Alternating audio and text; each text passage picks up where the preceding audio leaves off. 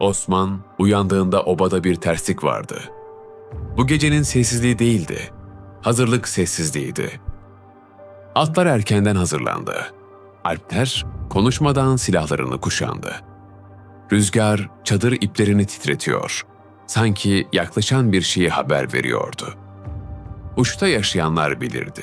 Bazı sabahlar sıradan başlamazdı. Osman daha ayağa kalkmadan bunu hissetti. Çadırın önünde Ertuğrul'un en güvendiği alplerinden biri duruyordu. Yüzü ciddiydi. "Haydi evlat, hazırlan. Bizimle geliyorsun." Bu kelime yeterliydi. Uçta elçi demek, ya sınır yoklaması ya da açık bir saygısızlık demekti. Osman yürürken şunu düşündü. Bugün yanlış bir söz söylenirse geri dönüş olmazdı. Ertuğrul Gazi ilk defa böyle bir görüşmede Osman'ın hazır bulunmasını istedi. Obada daha fazla çocuk kalamayacağını, düzenin bu olmadığını onun da bilmesini istiyordu. Uçta elçi barış getirmezdi. Karşı tarafın cesaretini ölçerdi. Eğer zayıflık görürlerse ertesi gün akın olurdu. Bu yüzden uç beyleri ne sert konuşur ne de yumuşardı. Ertuğrul Gazi bu dengeyi yıllardır ayakta tutuyordu. Bugün o denge sınanacaktı. Bizans sınırından bir heyet geldi. Görüşme obanın yakınlarında bir yerdeydi. Alpler Ertuğrul Gazi'nin arkasında görüşmeyi pür dikkat izlemekteydi. Elçiler konuşurken Alplerin elleri kılıçların kınına daha da yaklaştı. Çünkü karşı heyetten biri tek bir bakışla bile her şeyi alevlendirebilirdi. Kılıçlar çekilmese de herkes biliyordu. Bir söz daha fazla söylenirse geri dönüş olmazdı. Osman bunu ilk kez bu kadar net hissetti. Ertuğrul Gazi ileri çıktı. Sesi yükselmedi ama tavır olarak sertti. Bizans heyetin niyeti sınır hatlarıydı. Söz dönüp dolaşıp suya geldi. Bu topraklarda su sadece bir kaynak değildi, hayattı. Bir tehdit veya savaş ilanı yoktu. Sadece bir sınır meselesi. İki oba arasında bir dere sorunu olmuştu. Osman belki de ilk kez şunu fark etti. Her mesele kılıçla çözülmez. Her sorun savaş değildir. Ertuğrul Gazi heyeti dinledi. Karşı tarafı dinledi, kendi beylerini dinledi ve bir denge kurdu. Kimse kazanmadı gibi görünüyordu. Ama kimse kaybetmemişti. Osman o gün şunu anladı. Gerçek güç, karşı tarafı ezmek değil, düzeni bozmadan çözüm üretmektir. Artık her şeyi izliyordu. Babası nasıl konuşuyor, nasıl susuyor? Kiminle ne zaman görüşüyor? Kime nasıl yaklaşıyor? Hangi kararı hemen alıyor?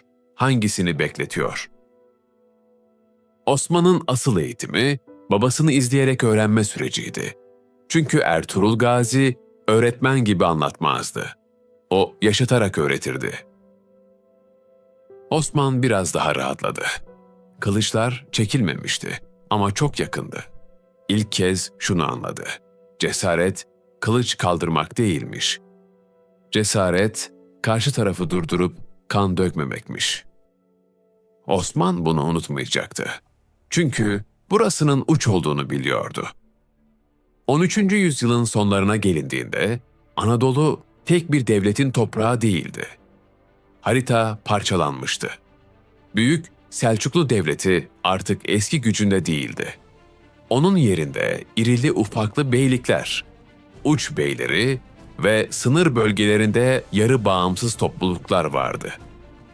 Ve işte bu hikaye, bu parçalanmış coğrafyanın en uç noktasındaydı.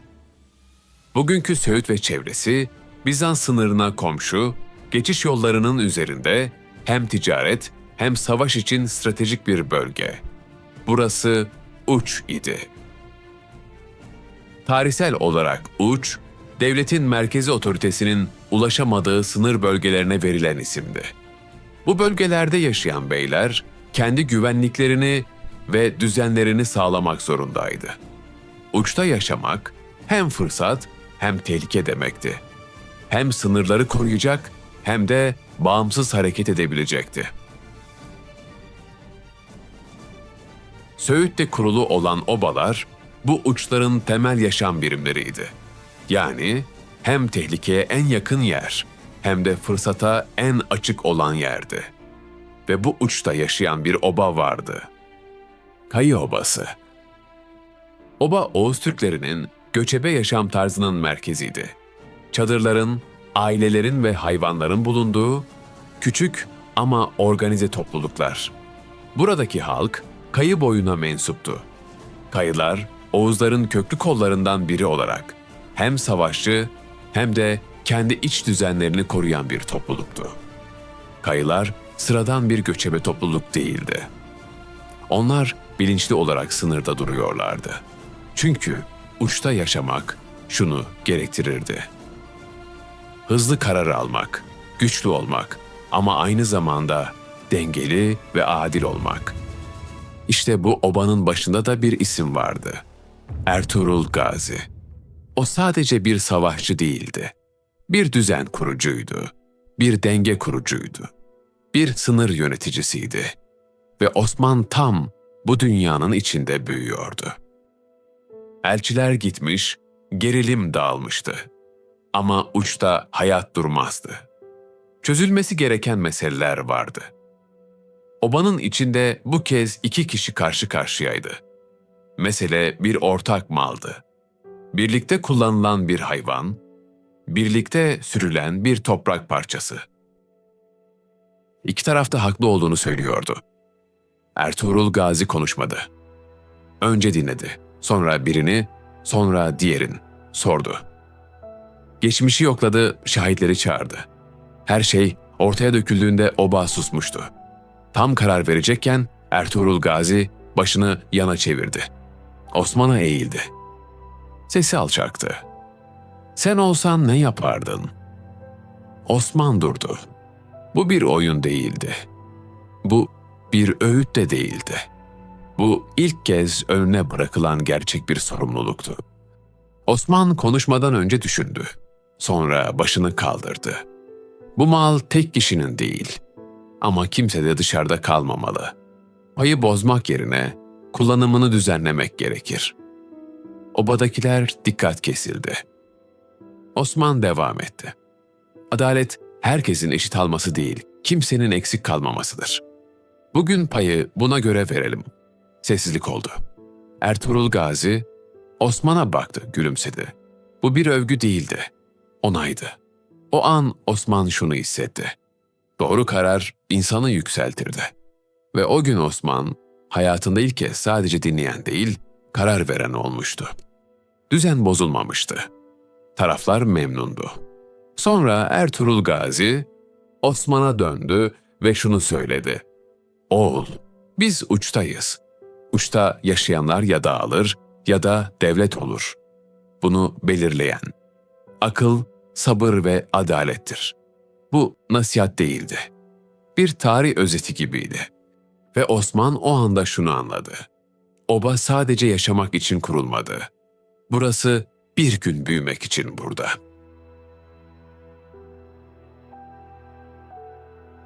Büyümek zorundalardı. Çünkü Anadolu zayıflamıştı.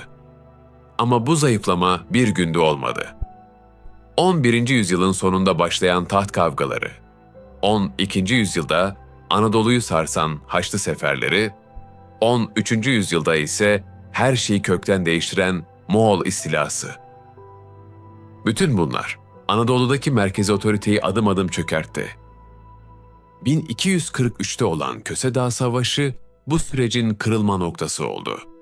Bu savaştan sonra Selçuklu sultanları hala tahtta oturuyordu. Ama artık bağımsız değillerdi. Vergi toplanıyordu ama karar alınamıyordu. Ordu vardı ama emir verilemiyordu. İşte bu boşlukta Anadolu'nun kaderi merkeze değil, sınırda yazılmaya başladı. Bu yüzden Söğüt gibi yerler birer kenar değil, birer başlangıç noktası haline geldi. Köse Savaşı sonrası Anadolu sadece bir savaşı değil, güven duygusunu da kaybetti. Savaş meydanında dağılan ordu uçlarda sessiz bir yankı bıraktı. O yankı kılıç sesinden daha uzun sürdü. Ertuğrul Gazi, Köse Dağı'nın sonucunu bir komutan gibi değil, bir uç beyi gibi değerlendirdi. Selçuklu hala ayaktaydı. Hutbeler onun adına okunuyor. Sultanlar hala tahta oturuyordu. Ama Ertuğrul Gazi şunu görüyordu. Bir devlet sadece adıyla ayakta duramazdı. Eğer sınırda adalet yoksa, merkezdeki tahta güvende sayılmazdı. Ve eğer uçlar çözülürse, merkez çoktan çözülmüş demekti. Ertuğrul Gazi için Selçuklu artık bir sığınak değildi. Arkasına saklanılacak bir güç olmaktan çıkmıştı. Ama bu bir reddediş değildi, bir fark edişti. Devlet zayıfladığında onun yükü uçlara inerdi. Ve uçlarda yaşayanlar o yükü ya taşırdı ya da dağılırdı. Ertuğrul Gazi, Selçuklu'nun zayıflığını bir fırsat olarak görmedi. Bir isyan sebebi olarak da görmedi. Onun gözünde bu zayıflık bir sorumluluk çağrısıydı. Eğer burada biz durmazsak, bu topraklarda artık sadece güç konuşur, diye düşünüyordu. İşte bu yüzden kılıca değil, töreye sarıldı. Kavgalara erken müdahale etti. Haksızlığı büyümeden bastırdı. Çünkü biliyordu. Adalet gecikirse şiddet konuşur. Ertuğrul Gazi için devlet olmak, taht kurmak değildi. Devlet olmak, koruyabildiğin kadarına sahip çıkmaktı. Yetebildiğin yerde hesap vermekti. Bu yüzden Osman'ı bir fetih hayaliyle değil, bir sınır bilinciyle büyüttü. Her yere yetemezsin, dedi. Ama yettiğin yerde adaleti eksik edersen, hiçbir yere yetmiş sayılmazsın. Osman, kılıcı bu yüzden geç kuşandı. Ama aklı erken taşıdı. Ertuğrul, Selçuklu'nun artık taşıyamadığı yükü oğlunun omzuna bırakmadı. O yükü oğlunun zihnine bıraktı. Çünkü biliyordu. Devletler bir anda kurulmaz. Devletler önce sorumluluk alan zihinlerde başlar. Sonra toprağa iner. Ve en son adını alır. Osman işte böyle bir dünyada büyüdü. Bir devlet hayaliyle değil, bir devlet yüküyle. Ve o yük henüz kimse fark etmeden Anadolu'nun uçlarında taşınmaya başlamıştı.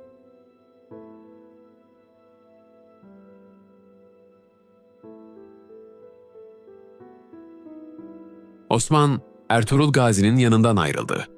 Çadırın önünde Dursun Fakih duruyordu. Osman'a baktı. Babanın çadırından çıkan birinin yüzü böyle olur, dedi. Düşünenin yüzü ağır olur. Osman durdu. Bazen düşünmek yetmiyor, dedi. Bazen karar vermek gerekiyor. Dursun Fakih başını salladı. Doğru, dedi. Ama bil ki adalet kılıçtan önce gelir. Osman gözlerini yere indirdi. Adalet uçta zor, dedi. Herkes kendi hakkını ister. İşte bu yüzden, dedi Dursun Fakih. Uçta adalet tutan, yarın devlet tutar. Bir an durdu. Sonra ekledi. Haksızı susturmak kolaydır. Haklıyı korumak zordur. Osman dinliyordu. Eğer bir gün karar vermen gerekirse, dedi, kendin için değil, oba için ver. Osman başını kaldırdı, bu sözleri aklında tutar gibi baktı. Git, dedi Dursun Fakih. Yol, düşünene konuşur. Osman atına yöneldi. En yakın yoldaşıydı. Bir süre obadan uzaklaştı. Öğrendiklerini sindirmek istiyordu. Yukarıya doğru çıktı. Tepenin sonuna yaklaştı ve durdu. Orası tüm obayı gören bir konumdu. Manzarasını severdi ama bir uğultu duydu. Tepenin hemen arkasında aşağıda, obaya doğru gizlenmiş düşman birliklerini gördü. Henüz bir saldırı yoktu. Ama niyet açıktı. Osman'ın nefesi kesildi. Bu artık konuşulacak bir mesele değildi. Bu beklemeye gelmeyecek bir andı. Osman o gün şunu anladı. Bazı tehditler sözle gelmez ve bazı kararlar ertelenmez.